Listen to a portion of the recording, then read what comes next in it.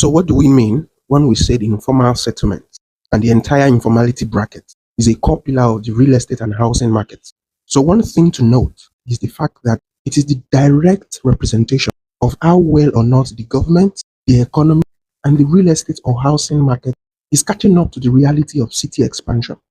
So the best way to determine how well the economy of a state is responding to city expansion is to notice and pay attention to how the slum is expanding. So for the sake of just defining what this informality bracket comprises of, we have the informal settlements, we have the informal economy sector, and a fair share of the private sector. Can you see already that this bracket represents more than 60% of the Nigerian's population and its economy? So that's the number one. Another reason that makes the informal bracket that essential is the fact that it combines all sectors of the economy that do not work within the formal sector. And that number is a lot. And that brings me to the third reason, as they are the primary source of labor, political, economic, and social workforce. That is, they literally power and drive the economy.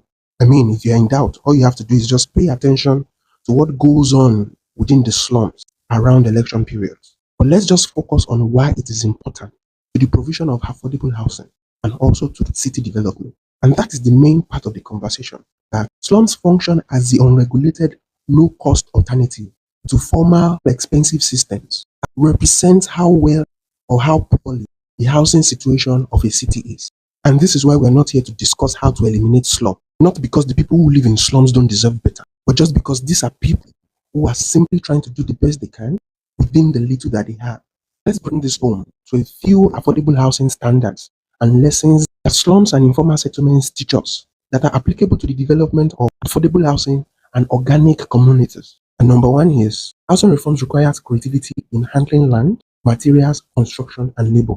The amount of creativity that the informal settlement employs is worth studying and incorporating into our housing policies. Second is, slums are typically always located close to core business or economic districts because even for slum dwellers, proximity to opportunities is important. And so in the formulation of housing policy or creation of affordable housing, proximity to economic opportunities is as important as even the housing themselves. The third lesson is that cutting your cloth according to your size is a strategy. And four, that there is strength in numbers.